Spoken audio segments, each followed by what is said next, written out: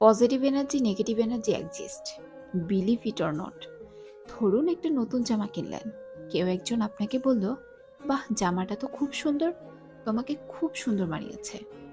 এই কমপ্লিমেন্ট শোনার পর আপনার ব্রেইনে ডোপামিন নামক নিউরো ট্রান্সমিটার রিলিজ হয়, যাকে বলে হ্যাপি হরমোন। গবেষণা বলছে এটা খানিকটা রিওয়ার্ড পাওয়ার মতো আনন্দ দেয়। আপনার দেহ সুস্থ রাখে, মন উৎফুল্ল রাখে, প্রোডাক্টিভিটি বাড়ায়।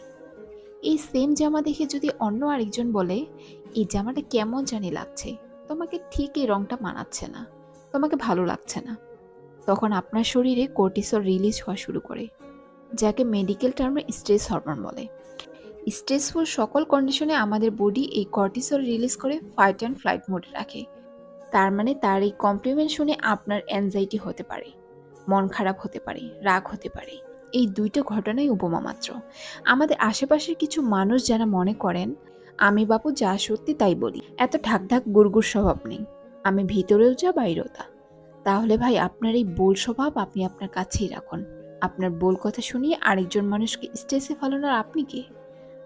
আপনি নিজে নেগেটিভ এনার্জির ডিব্বা হয়ে ঘুরছেন, সাথে আশেপাশের মানুষদেরও মাঝেও নেগেটিভিটি ছড়াচ্ছেন। মজার ব্যাপার হচ্ছে, আমাদের হিউম্যান সাইকোলজি এমন যে আমরা পজিটিভ এনার্জি বেশিক্ষণ ধরে রাখতে না পারলেও নেগেটিভ এনার্জি খুব দ্রুত ধারণ করি, খুব দ্রুত স্প্রেড করি।